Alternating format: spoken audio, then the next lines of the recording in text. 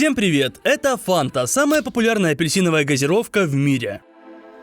Я думаю, абсолютно все знают ее вкус. Сегодня мы сделаем ее гигантскую версию, использовав тонну апельсин.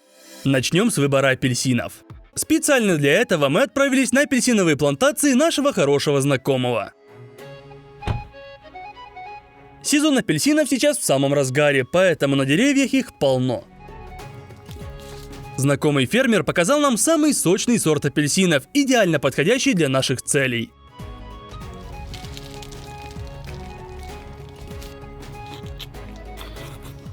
Да, это самый сладкий апельсин, который я когда-либо пробовал. Поэтому мы берем ящики и отправляемся в нужную нам рощу. Будем собирать апельсины прямо с дерева.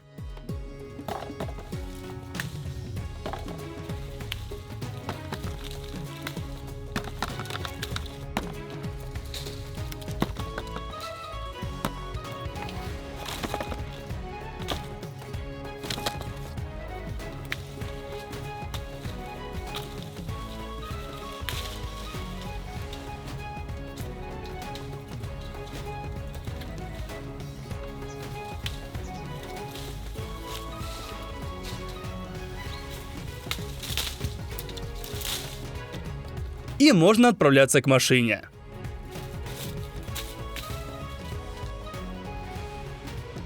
За целый день мы загрузили машину под завязку. Но и этого нам оказалось мало, поэтому мы наполнили еще одну машину. Возвращаемся назад. Апельсины, собранные с плантаций, очень пыльные и грязные. Поэтому достаем ящики из машины и отправляемся сразу в ванную комнату. Будем выгружать апельсины в душевую кабинку.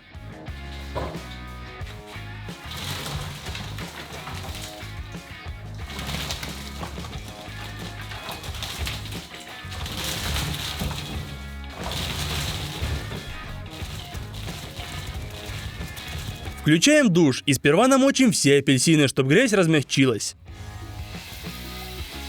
На этом этапе мы будем избавляться от ненужной листвы. Отбирать испорченные апельсины и тщательно отмывать поверхность апельсинов под проточной водой. Чистые складываем в ящик.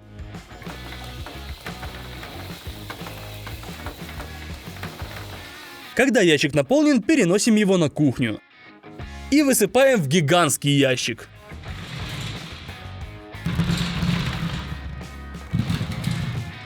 На то, чтобы скрупулезно отмыть каждый апельсин, ушло более 7 часов.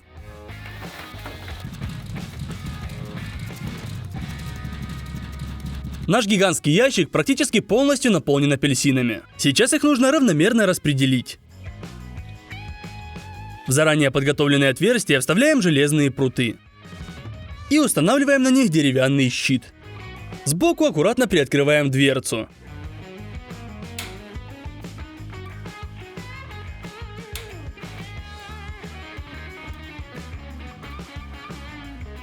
И теперь можно удобно набирать апельсины. В первую очередь мне нужно получить тот самый апельсиновый аромат фанты. Он хранится в эфирных маслах в кожуре, а именно в тонком слое цедры. Поэтому с помощью овощечистки мы будем срезать цедру с каждого апельсина. Уже очищенные выкладываем сверху на деревянный щит. Очень интересно, сколько времени уйдет на всю эту работу.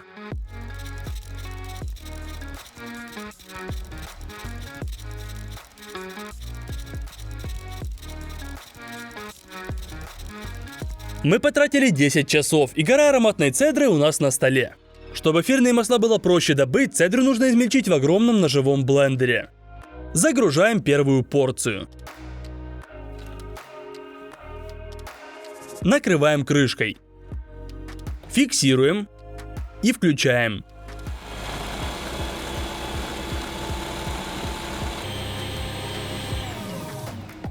Пять минут спустя все готово. Теперь цедра в виде мелкой крошки, то, что нам нужно. Пересыпаем цедру в большой контейнер.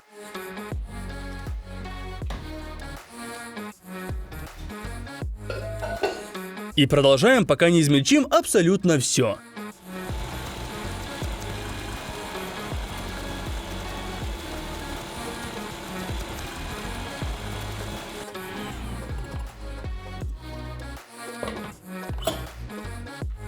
Спустя 3 часа мы завершили этот этап. Получилось наполнить целых 2 контейнера. Теперь берем небольшую порцию цедры и выкладываем ее на 2 слоя марли. Загибаем края. И плотно заворачиваем. Помещаем такую заготовку под пресс. Вот теперь мы можем выжать чистое эфирное масло.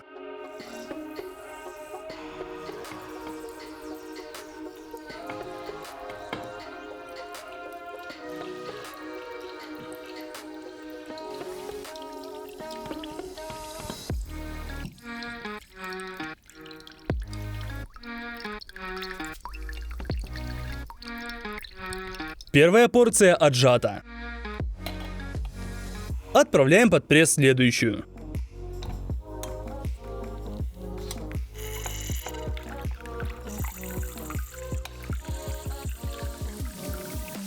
После 6 таких порций у нас получилось наполнить эфирными маслами целую пиалу. У этой жидкости очень мощный апельсиновый аромат. Выливаем в банку. А чтобы аромат не улетучивался, прикрываем крышкой. Чтобы было быстрее, будем использовать целых 2 пресса. Поначалу мы думали, что справимся за пару часов. Но на отжим всей цедры ушло 10 часов. Ароматная составляющая готова. Возвращаемся к нашим лысым апельсинам. Сейчас из них нужно выжать сок. Мы будем использовать сразу 3 соковыжималки. Подставляем под них стаканы. Разрезаем апельсины напополам. И можно выжимать сок. Механические соковыжималки максимально простые. Чтобы получить сок, нужно просто давить на рычаг. Это одно из самых залипательных занятий на моей студии.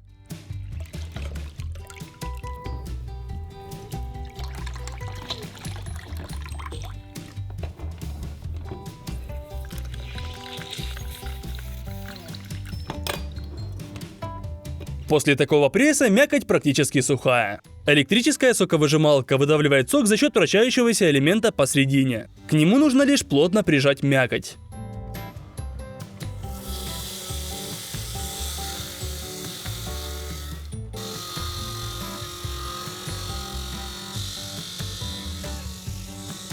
Она тоже эффективно выжимает сок.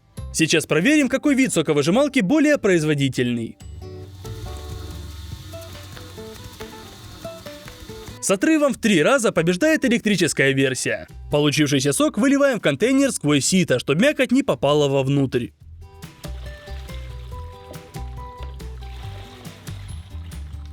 Ложками протираем остатки сока. Готово. Теперь все то же самое нужно провернуть с оставшимися апельсинами.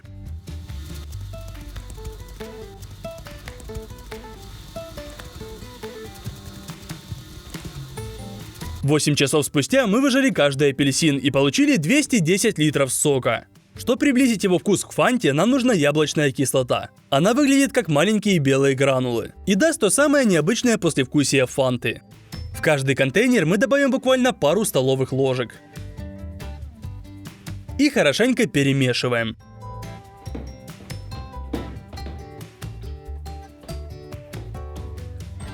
Конечно же, это не основная кислота в напитке, нужна еще лимонная. Поэтому мы сорвем свежие лимоны прямо с дерева, на той же апельсиновой плантации.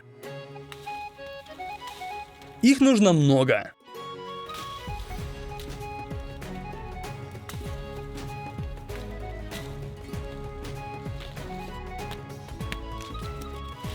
Суммарно мы наполнили 2 ящика. Такого количества лимонов как раз хватит для нужного уровня кислотности напитка. Разрезаем каждый лимон напополам. Точно так же, как мы делали это с апельсинами.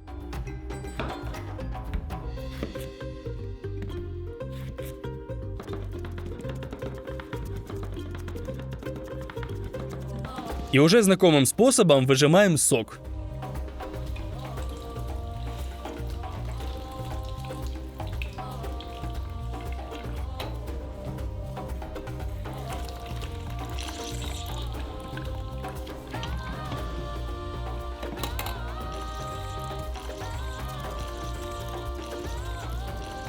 Спустя 1 час мы получили 13 литров лимонного сока. Разливаем его по контейнерам в равных пропорциях.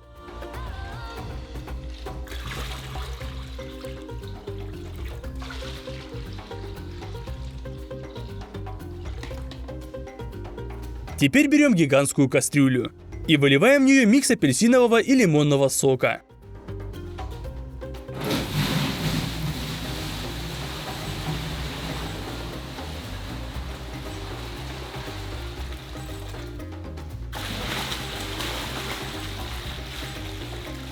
В кастрюлю влезло 1,5 контейнера сока. Включаем газ. По мере нагревания мякоть всплывает на поверхность, и ее нужно убирать лопаткой.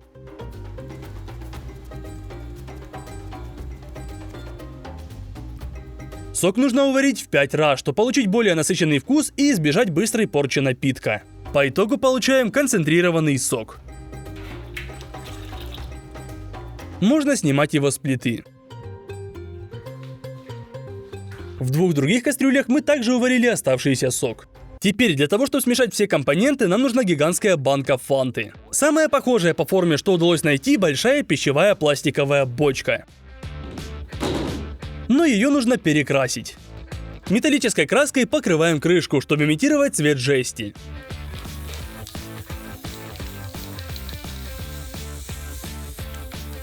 Готово! Для самой же бочки нужна оранжевая краска. Наносить краску будем с помощью валика.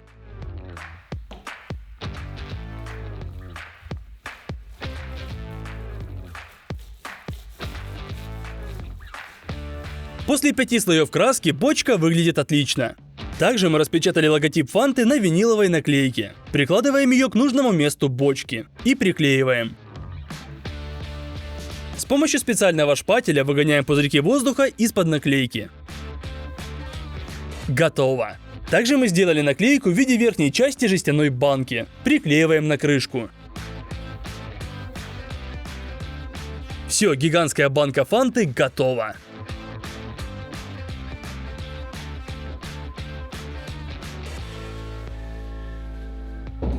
Переливаем в нее концентрат апельсинового сока из 3 кастрюль.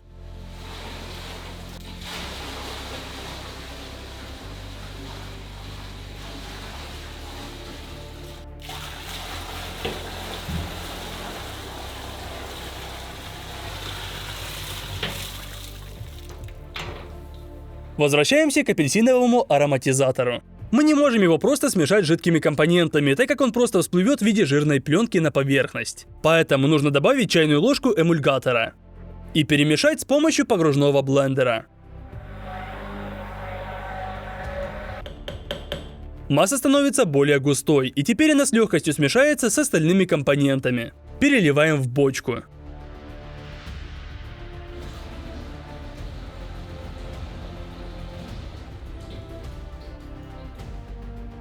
Для баланса вкуса добавим 10 кг сахара и немного оранжевого красителя. Хорошенько перемешаем все компоненты между собой. И теперь в бочке у нас самодельный концентрат фанты. Все, что осталось сделать, так это разбавить его сильно газированной водой.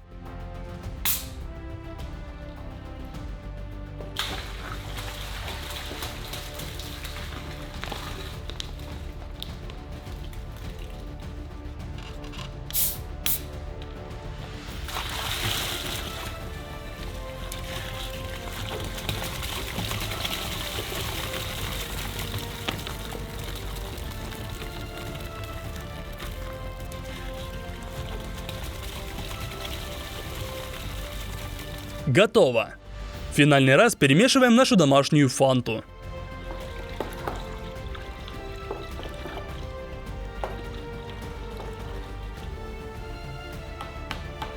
Ну что, пришло время протестировать, что у нас получилось. Первый стакан я наполню нашей фантой,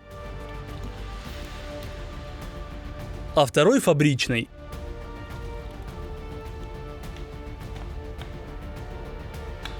По цвету наша фанта похожа, но самое главное — вкус. Слушайте, реально очень похоже на фанту, но чего-то не хватает. Сразу пробуем оригинальную. Понятно, не хватает пузырьков. Они играют очень важную роль во вкусе. Поэтому я купил сухой лед. Это замороженный газ СО2. Именно тот, который находится в каждой газировке в виде пузырьков. Для начала его нужно измельчить на более мелкие кусочки.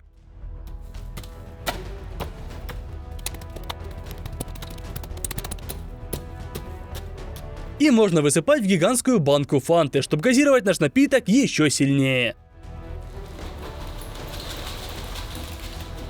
И тут все пошло не по плану.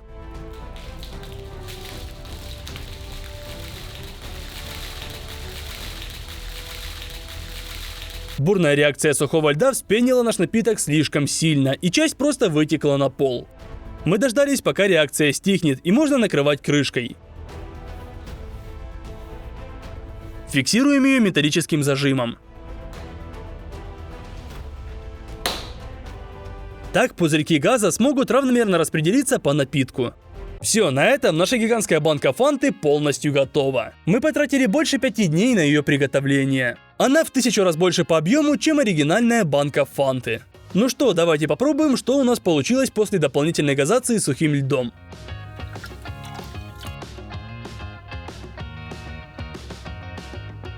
Да, вот теперь этот вкус на 95% как оригинальная фанта.